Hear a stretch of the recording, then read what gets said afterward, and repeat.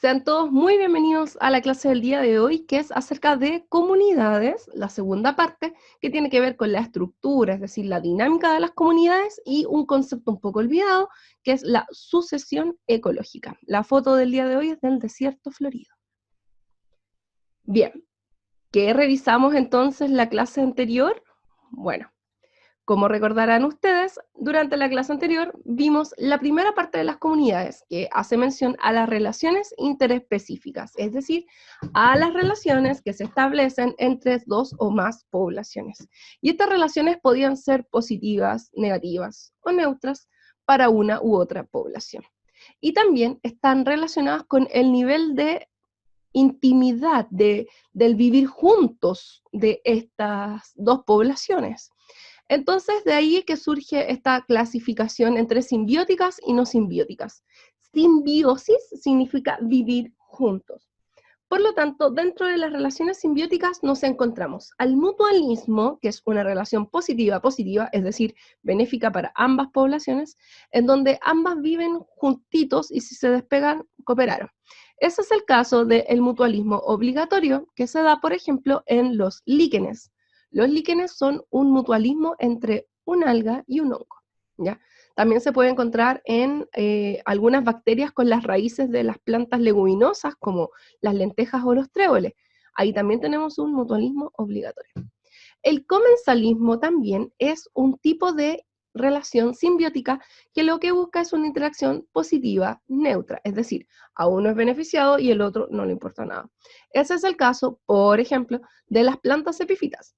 Las plantas epífitas, como las orquídeas, son plantas que viven montadas, trepadas sobre las ramas de un árbol mucho más alto para poder obtener tanta luz como el árbol. Es decir, al árbol no le interesa que esas plantas estén en sus ramas, y por otra parte, estas plantas se ven beneficiadas evidentemente por protección y luz, evidentemente. Ahora, por ejemplo, ¿qué pasa si estas plantas se van al chancho, ya se toman del codo de estos pobres árboles, por así decir, y invaden y tapan sus hojas, por ejemplo?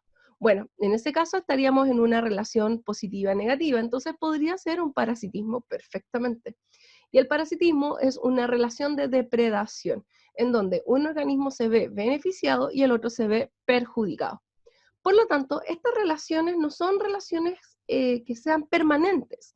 No. Por ejemplo, les comentaba, la teoría endosimbiótica, que partió como una depredación, pasó a un parasitismo entre que una célula depredó a otra, después pasó a un mutualismo, en donde, no sé, la bacteria que era, no sé, fotosintética, se convirtió, en palabras muy simples, en cloroplasto, y obtuvieron beneficios las dos. Entonces, las relaciones simbióticas son, o estas relaciones interespecíficas, son fotografías de un momento, ¿ya? O sea, lo que podría haber partido como un parasitismo podría haber finalizado como un mutualismo y viceversa. Por otra parte, recordar también que el parasitismo es un tipo de depredación, al igual que los parasitoides, que se me fue agregarlo ahí. Los parasitoides, peor aún, es muy íntimo y muy letal, es decir, el parasitoide lo que hace es, por ejemplo, atacar un gusanito y meterle los huevos, y cuando nacen los huevos el gusano hospedero murió, y fue, gracias. Gracias por tu servicio. Por otra parte, las no simbióticas, es decir, que no hay obligación de que vivan unas con las otras, son las siguientes. La protocooperación, si te das cuenta, es positiva-positiva, igual que un mutualismo, porque también es llamada mutualismo difuso. Y es, por ejemplo, el caso de estos pajaritos, los diamantes, que le comen, no sé, los piojitos a los rinocerontes, a los leones, a los elefantes, a los búfalos, etc. ¿Ya? La competencia es una relación negativa, en donde dos poblaciones van a competir porque solapan sus nichos, es decir, los nichos ecológicos, ya sea el recurso hábitat, alimento, etcétera, coinciden. Entonces, el competidor más fuerte, o mejor adaptado, mejor dicho, es el que gana. La depredación, que puede ser depredación verdadera, como, no sé, un puma cazando un guanaco, o herbivoría, como tú comiendo choclo o comiendo lechuga, ¿ya? Es depredación, con todas sus letras. Y amensalismo, yo le llamo la relación troll, ¿por qué? porque uno se ve perjudicado y al otro le da lo mismo, como es el caso, por ejemplo, de estos árboles enormes en los bosques y las plantas que quedan abajito no les llega ni una gota de luz. Bueno, ellas se ven perjudicadas y a los árboles no les interesa nada que haya un montón de plantas en la base del bosque, en el sotobosque. Bueno, esas son las relaciones interespecíficas. ¿Qué vamos a ver el día de hoy entonces? Bueno, el día de hoy vamos a revisar lo que son, en primer lugar, las dinámicas de las poblaciones, es decir, cuál es la estructura de las poblaciones, perdón, de las comunidades, cuál es la estructura de una comunidad, qué características tienen, y vamos a diferenciar los procesos de sucesión primaria y secundaria, que es un concepto que cuesta y ha salido en la evaluación PSU y a algunos se les olvida. Vamos a comenzar entonces con la dinámica de las comunidades. Esta es una foto que tomé hace años yo, por eso su calidad 0 HD, en la región del Maule, cerca de Radal Siete Tazas. Y esta foto es de un nuevo parque nacional que tenemos, que es Río Clarillo. Eso es, recuerden dejar nombre y curso en el chat para registrar su asistencia. Bueno, recordando entonces, queridos míos, que las comunidades son un conjunto de poblaciones que interactúan, que tienen relaciones tróficas entre sí, o no necesariamente interactúan entre sí, y viven en un lugar y tiempo determinado, las comunidades pueden tener una composición. ¿Qué quiere decir esta? Pueden estar compuestas por, ya sea, muchos animales, muchas plantas, pocas plantas, etcétera, muchas poblaciones, pocas poblaciones. Entonces, dentro de esta composición tenemos tres términos que es importante que usted maneje. Abundancia.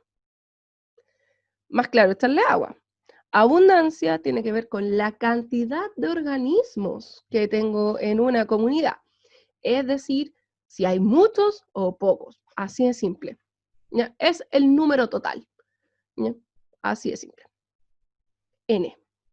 La diversidad es aquí un concepto un poquito más delicado. A la diversidad también se le denomina riqueza, ¿ya? Importante que lo consideres. A la diversidad también se le denomina riqueza. ¿Y por qué? Porque la diversidad o la riqueza quiere mostrarnos el parámetro de qué tan distintas son las especies, cuántas poblaciones de especies distintas tengo en X comunidad. Por lo tanto, es ahí que, por ejemplo, un bosque no puede ser una plantación de pinos o una plantación de eucaliptus. ¿Por qué? Porque de partida el concepto de diversidad es mínimo. Y lo otro es que hay también otros componentes que no lo hacen ser un bosque propiamente tal. ¿Ok? Y finalmente la dominancia tiene que ver con cuál es el más abundante, el que más se repite. Dentro de mi diversidad, el que más se repite. Esa es la dominancia. Bien, vamos a ver de ahí, en la siguiente diapositiva, un poquito más de detalle en la composición de las comunidades. ¿Qué más tenemos? Tenemos estratificación, es decir, yo puedo ver comunidades distintas de manera vertical, ¿ya? Por ejemplo, en la base del bosque, en la parte media del bosque, en la parte alta del bosque, o en un mismo lago, en un mar, intermareal, submareal, abisal, ¿ya? Y puedo también ver una estratificación horizontal. Eso uno, por ejemplo, lo ve acá en los cerros. En la base del cerro hay una estructura, en el plano hay una estructura, y a medida que tú vas subiendo en el cerro, va cambiando las comunidades van cambiando, tienen una estratificación. Y finalmente, bueno, acá está el dibujo de estratificación.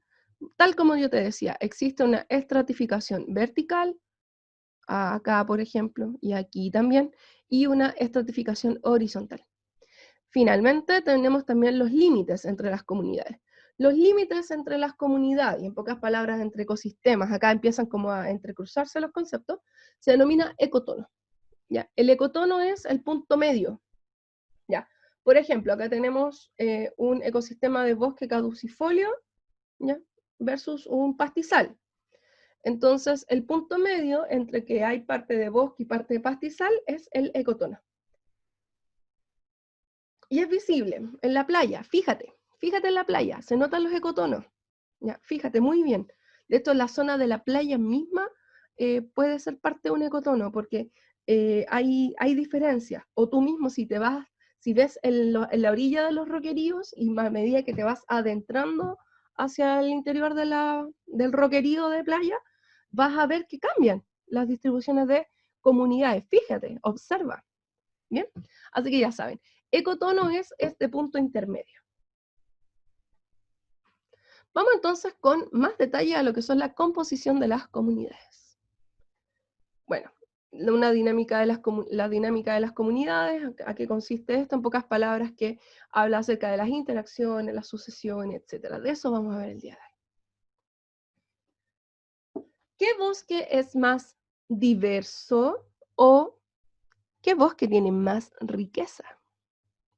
¿Quién me puede dar respuesta a esa pregunta? En 20 segundos.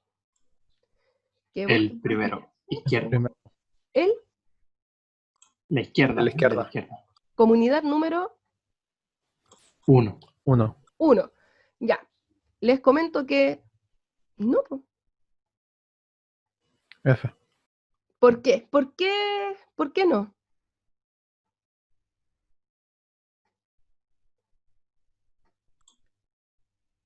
¿Qué? Pensé que iba a responder. No, o Gabriel. No, es que no comprendo. Ya. ¿Qué es la riqueza o la diversidad? Es el número de especies distintas. ¿Cuántas especies distintas tengo en ambos bosques? Hay 4. Las mismas 4. Pero ¿cuál es la diferencia acá? La cantidad de cada uno. Muy bien, Manuel, exactamente. En la comunidad 1 es más balanceado. ¿Ya? O sea, tengo prácticamente la misma cantidad de plantas para cada una de ellas. O sea, son 20 en total. Y acá el N de ambos bosques es 20. En cambio, en la comunidad 2, yo estoy en presencia de que existe una especie dominante. ¿Te das cuenta? Hay otra especie, hay un pinito, está el pinito tipo C, el pinito tipo D, el arbolito tipo B, pero acá domina sí o sí la especie tipo A, porque es la que tiene mayor abundancia, ¿ya? Acá es más balanceado. Lo ideal quizás sería que fuese así, pero la verdad es que los bosques naturales tienden a ser más así. De hecho, en Chile, los tipos forestales de bosque se clasifican en función a su especie abundante. Por ejemplo, los que han tenido la suerte de ir hacia la 9ª y 10ª región, parques nacionales, no sé, Huerquehue, Conguillío, Vicente Pérez Rosales, donde están los Altos Petrohue, ustedes ahí tienen un tipo forestal que se repite mucho, que es el tipo Rurraco, que es roble, raulí y coihue. Entonces, esos 3 tipos de árboles se repiten mucho. En cambio, si tú vas, por ejemplo, a la parte de Valdivia, no sé, el Parque Oncol, ahí tenemos la selva valdiviana. Entonces, por ejemplo, donde hay tipos forestales, esto se repite, ¿ya? No sé, bosques de ciprés de las Huaytecas. En cambio, en la selva valdiviana es tan diverso y hay tanta abundancia de tantas especies que por eso se le llama selva valdiviana, ¿ya? Entonces, ojo, recuerda, diversidad y riqueza hacen mención al número de especies distintas. Ambas comunidades, comunidad 1 y comunidad 2, tienen el mismo número de especies diferentes. Simplemente acá la diferencia va en la abundancia de una más que la otra. Bien, bien chicos, me alegra que participen y que haya también errores. Entonces, en función a esto, como se habrán dado cuenta, en la comunidad 2 hay un concepto que aparece que se llama especie dominante. ¿Y de qué se trata? Acá está. Esta foto la tomé hace años, hacia el lado de, no sé si alguien conoce para allá, las 7 tazas, Radal 7 tazas, en el Maule hacia la cordillera. Bueno, acá si te das cuenta, hay una especie dominante clara. Esto lo tomé por ahí por abril, mayo, puede tener sido esa época. Si te das cuenta, hay un tipo de árbol claro que domina, que en este caso es el de color amarillo, que es el roble, ¿ya? Esto, roble. Pero fíjate que ahí hay otra especie. Entonces acá tenemos una especie dominante, que es el roble. Entonces, ¿qué es una especie dominante? Son aquellas especies que dentro de una comunidad son las más abundantes, o bien las que en conjunto, colectivamente, tienen más biomasa. O sea, si yo los junto a todos, son los que hacen más cantidad de biomasa, o sea, de peso seco en carbono. ¿Ok? Veamos otros ejemplos de especies dominantes. Por ejemplo, los mejillones o estos choritos maicos, si no me recuerdo, se les dice acá en Chile. Bueno, son estos choritos chicos que están en las rocas, ¿los han visto? Bueno, esos choritos chicos que están en las rocas, en las zonas intermareales, son especies dominantes, porque son, si yo junto a todas las especies que hay en una roca, los que más tienen biomasa son esos, ¿ya? Son los más abundantes. Entonces, ojo, ser especie dominante no necesariamente tiene que ver con un rol, basta con que sean abundantes, o el que más se repite. En Europa, España, etc., los conejos silvestres son la única especie presente en Europa de conejito, muy distinta a las liebres, ¿ok? Y son, además, como conejos, abundantes, y son, pero importantísimos en la dieta de muchos depredadores como ese lince chiquitito.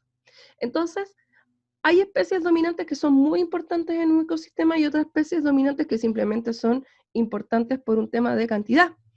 Por lo tanto, de aquí surge otro punto que quizás a ustedes les suene, que se llama especie clave. ¿Y qué quiere decir una especie clave? Volvamos al ejemplo de la playa, de las rocas de la playa. En las rocas de la playa, la especie dominante son estos choritos moraditos, chiquititos, ¿ya? Pero la especie clave no resulta ser generalmente la dominante, sino que la especie clave no necesariamente tiene que ser abundante, sino que tiene un fuerte control sobre una comunidad. Es como una piedra angular, ¿ya? Cuando uno ve estos arcos de los castillos, la piedra angular es una, y es la que mantiene la estabilidad de toda la estructura. Bueno, acá la especie clave, ese es el sentido que tienes que ver, es un sentido de piedra angular. Entonces acá la especie clave es una estrella de mar. Y vamos a ver cómo comprobaron este hecho. Por los años 60, un ecólogo estadounidense denominado Robert Payne, o Roberto Paine, ¿ya?, desarrolló este concepto a través del siguiente experimento.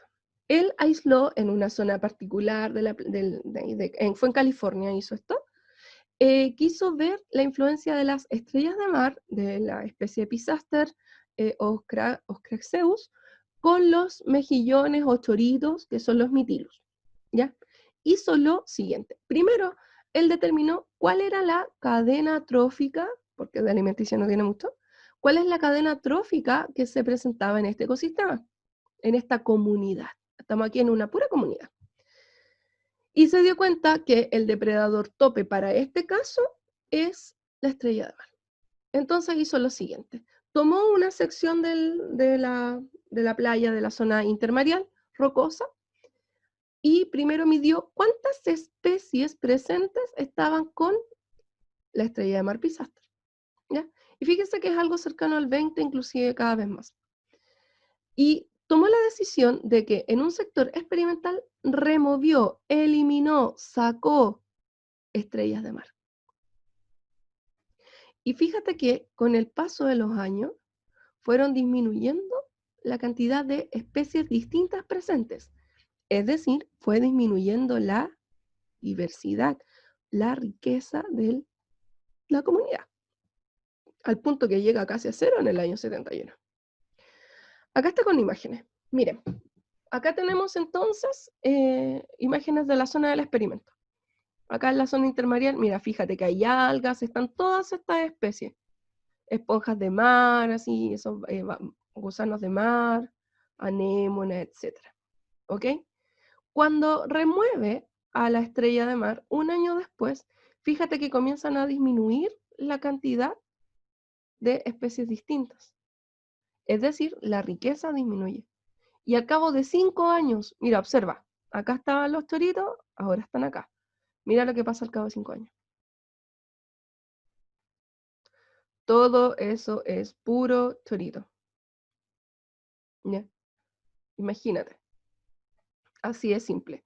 Entonces, ¿con qué nos encontramos? Nos encontramos con que acá la estrella de mar es una especie clave, porque no necesariamente es la más abundante, no necesariamente tiene que ser una especie dominante. Acá estamos claros que la dominante sí o sí son estos choritos.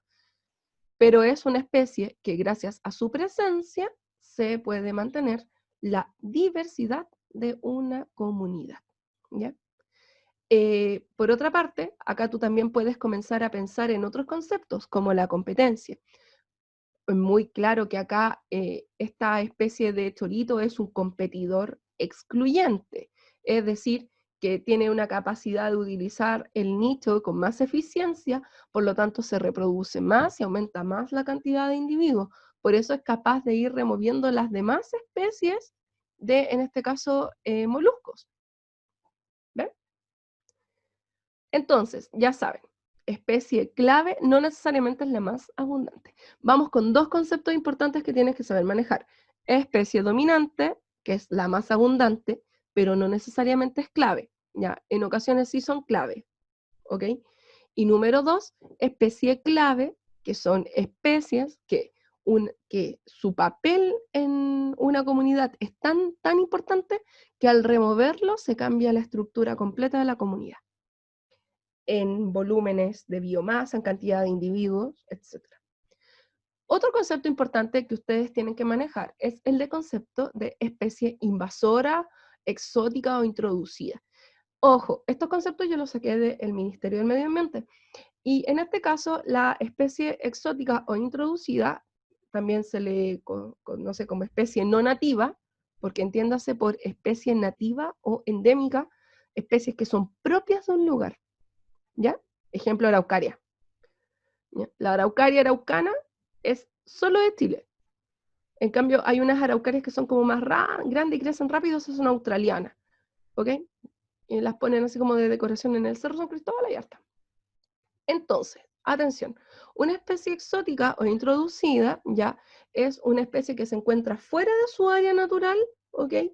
Y en la presencia en este nuevo territorio se debe a una introducción accidental o intencional por parte de la actividad humana.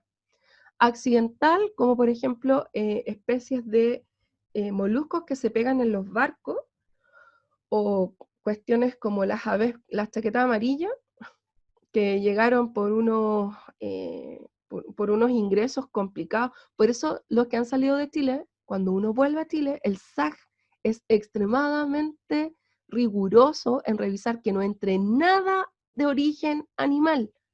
¿Por qué? ¿Por qué se hace esa medida? ¿A quién le ha tocado ser revisado en aduana para entrar a Chile? ¿Por qué? ¿Por qué hacen esta medida tan estricta? Para que el ecosistema no cambie. Exacto, exactamente. Es muy delicado el equilibrio ecosistema. Actualmente uno dice, ¡ay, qué lindos son loritos verdes! Son cotorras argentinas, que las trajeron como animalitos así de mascota. El punto es que se aburrieron de la mascota, la liberaron y liberaron una pareja. La respuesta está clara, ¿ya? Multiplicadas por todos lados, ¿ya? En el caso de especies, entonces, ¿qué es lo que pasa? Que ya cuando una cosa es que tú tengas, por ejemplo, un animal exótico, ¿ya? No sé, puedes tener de mascota un erizo de tierra, pero el problema es cuando se convierte en una especie exótica invasora. Las especies exóticas invasoras ya están asilvestradas, ya están salvajes de nuevo, no están bajo control de nadie, y sus poblaciones amenazan gravemente a las poblaciones naturales. Por ejemplo, el caso de los castores y los bisones, que los trajeron en un origen por hace casi 100, 90 años atrás, por un tema del peletaje, ¿ya? De la industria peletera y la caza. En el caso de los ciervos rojos y los jabalíes, los trajeron por un tema de comida, ¿ok? Entonces, ¿qué es lo que ocurre? Que, no, es que no nos fue bien con la industria del jabalí, o se nos escaparon unos jabalíes. Entonces, claro, ahora, por ejemplo, los ciervos rojos compiten con los pudú, con el nicho de los pudúes y de los huemules, ¿ya? O sea, por otra parte, los castores dejan la escoba en Magallanes porque no tienen depredador natural. Entonces, los castores son espectaculares, son especies fundadoras, son capaces de crear nuevos ecosistemas en su ambiente. Canadá. Pero acá en Chile, en la Patagonia, que hay árboles que tienen poca necesidad de grandes volúmenes de agua, terminan ahogados. Entonces, ahora igual hay pumas que se están comiendo los castores, o sea, pero eso El dídimo, ¿para qué les digo? El dídimo es terrible, es terrible. Está en todo Chile y en Tierra del Fuego no hayan cómo combatirlo. Bueno, y así sucesivamente. Entonces, las especies invasoras son especies introducidas. Y usted dice el perro, sí, chiquillos, los perros, las jaurías salvajes de perros son terribles. Son terribles. Matan a destajo especie animal que se les cruce. ¿Ya? Por eso, una tenencia responsable, eso se necesita acá. ¿Ya? Llevamos 3 conceptos: especie dominante, especie clave, especie invasora. Ejercitemos rápidamente. Acá tenemos un experimento, ¿ya? ¿A qué tipo de especie hace mención este experimento? Esta es una pregunta que inventé. Especie clave, pionera, dominante, fundadora. Veamos, ¿qué tipo de especie hace mención este experimento?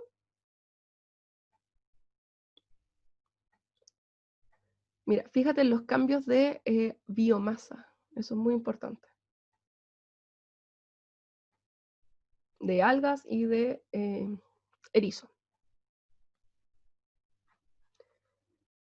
¿Clave? Especie, Clave. oye, estoy bien, cariño. Clave.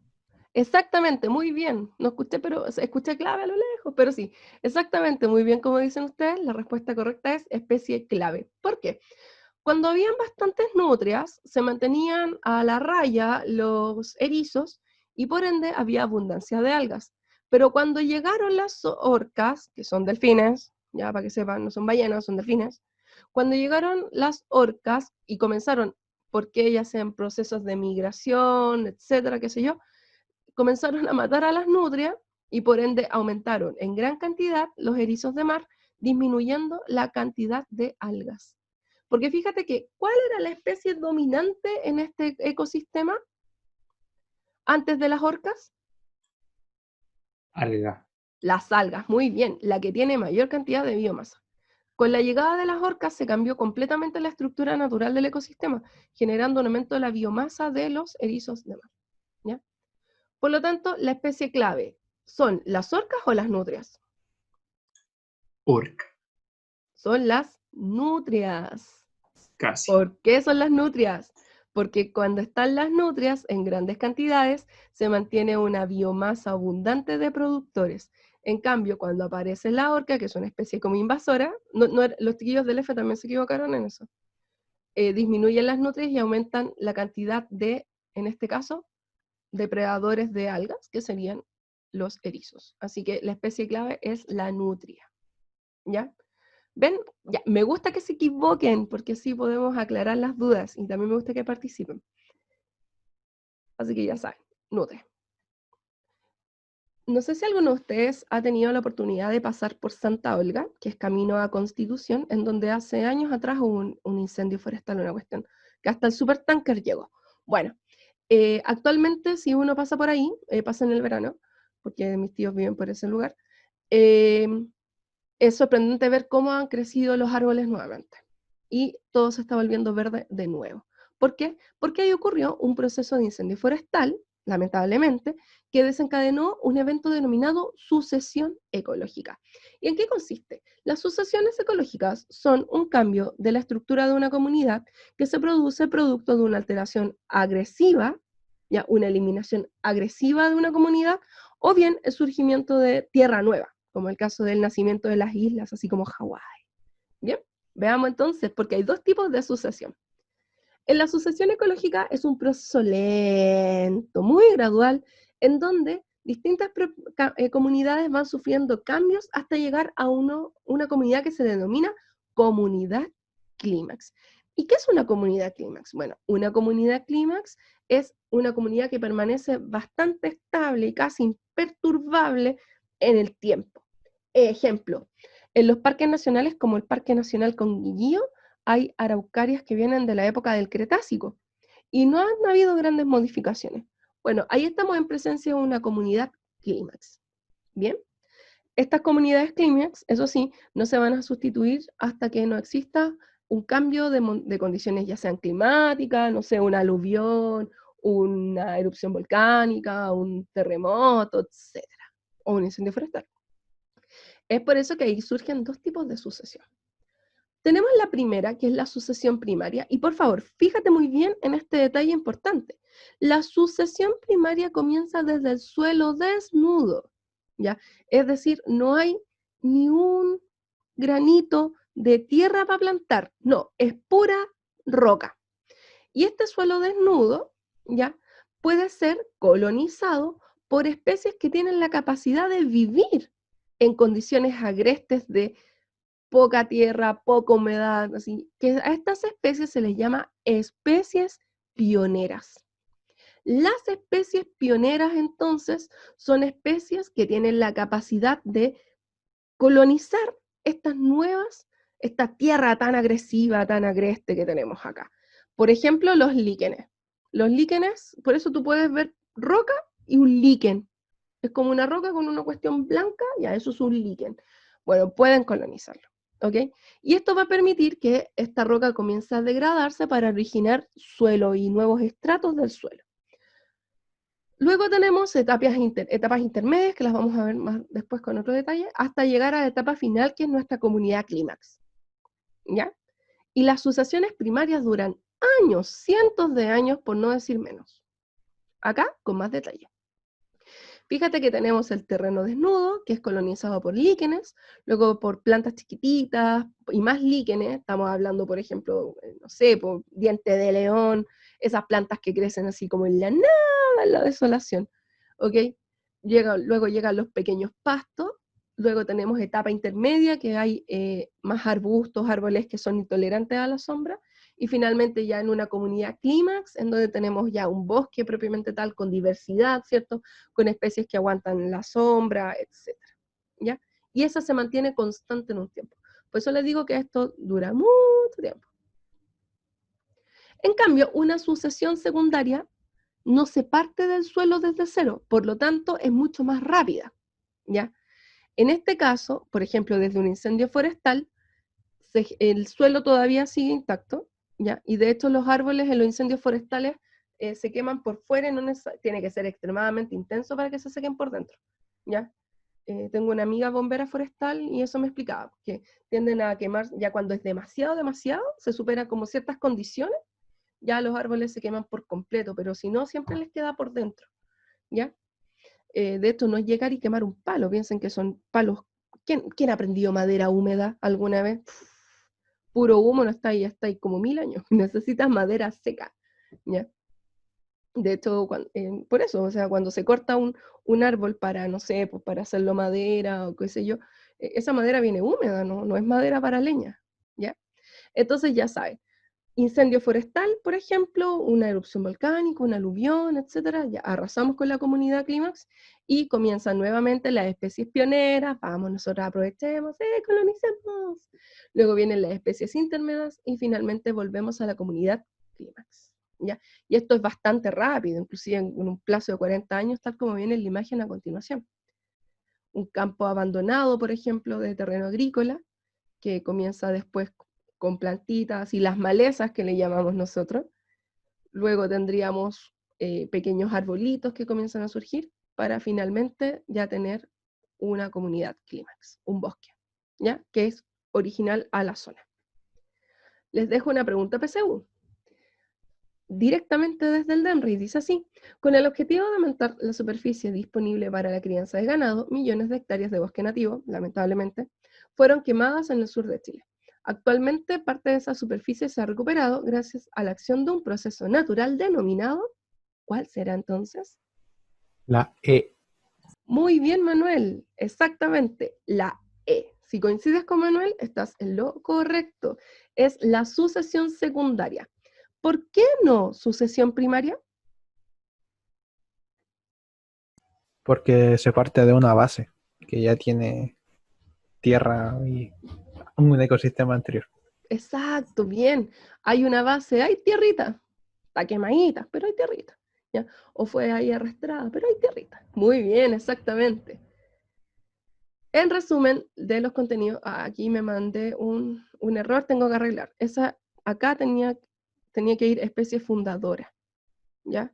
Y acá tenía que ir especie introducida. Se los voy a arreglar para cuando les suba el PPT en PDF. Entonces, ya hablamos de que existen relaciones interespecíficas en las comunidades, ¿cierto?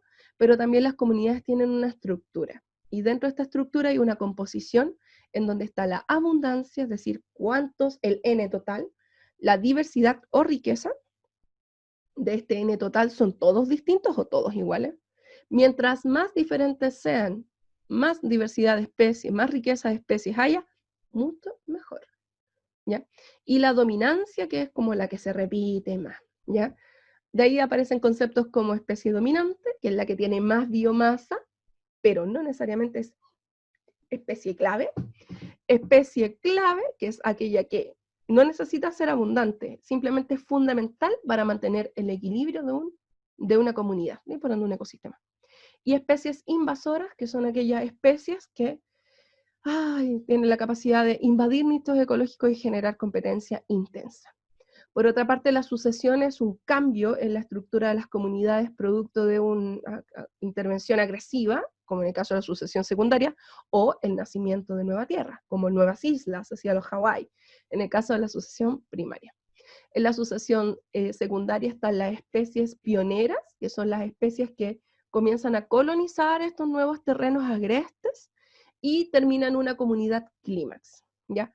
Una especie fundadora, ojo, es una especie, se los voy a poner ahí después, que funda un nuevo ecosistema y generalmente lo altera. Hay un ecosistema y su intervención genera un nuevo ecosistema chiquitito, como el caso de los castores, pero en Canadá, no acá en Chile.